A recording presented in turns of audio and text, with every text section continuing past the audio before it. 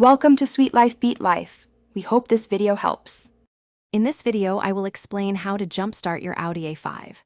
Before we begin, always prioritize safety. Make sure to wear appropriate protective gear, like gloves and eye protection, and consult your owner's manual for any specific instructions.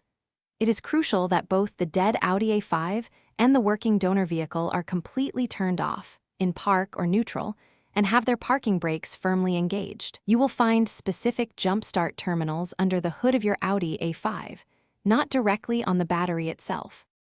Now, let's connect the positive cables. Take one red positive clamp and securely attach it to the designated positive Jumpstart terminal under the hood of your Audi A5. This terminal is typically marked with a plus sign and often covered by a red cap. Next, take the other end of the red cable and connect its clamp to the positive terminal of the working donor vehicle's battery. Double-check that both connections are firm and stable to prevent any accidental disconnections or sparks.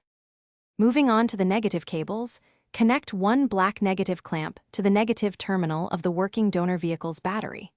For the final connection, attach the other black negative clamp to a clean, unpainted metal surface on the engine block or chassis of your Audi A5. This acts as a ground point.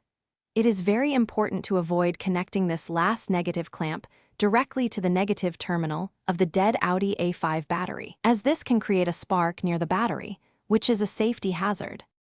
Once all four cable connections are secure, start the engine of the working donor vehicle.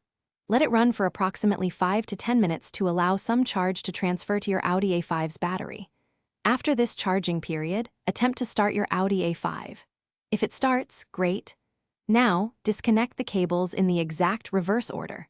First, the black negative clamp from the Audi A5's ground point, then the black negative clamp from the donor car, followed by the red positive clamp from the donor car, and finally, the red positive clamp from your Audi A5. Thanks for watching. Consider subscribing if we helped you.